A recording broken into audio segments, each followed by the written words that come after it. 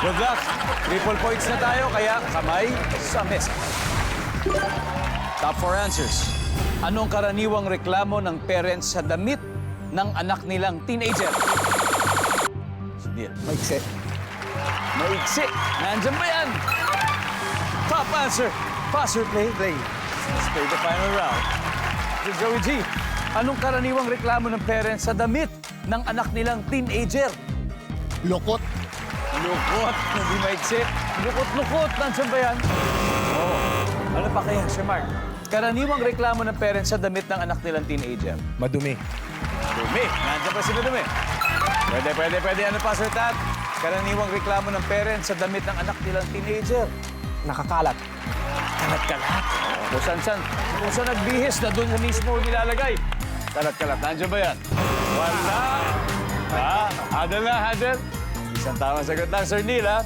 Ano kayang karaniwang reklamo ng parents sa damit ng anak nilang teenager? Hindi bagay. Hindi bagay. Hindi matching-matching. Yung lalaki nakakrap top. Nandiyan ba yun? Hindi bagay. Wala. Subok. Ano karaniwang reklamo ng parents sa damit ng anak nilang teenager? Mabaho. Bao, Miss Gia?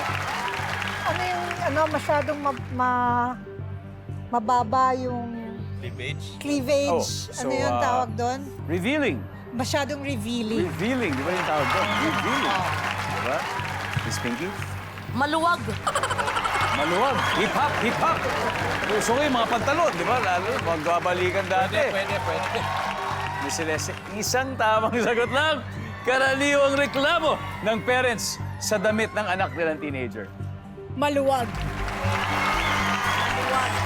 Alamin na natin, nandyan ba ang maluwag?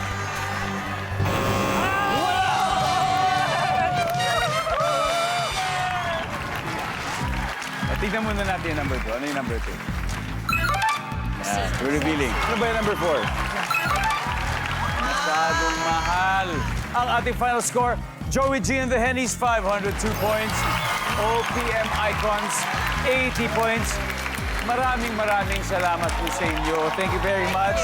Mag-uwi pa rin po yun ng 50,000 pesos mula sa family. Thank you very much.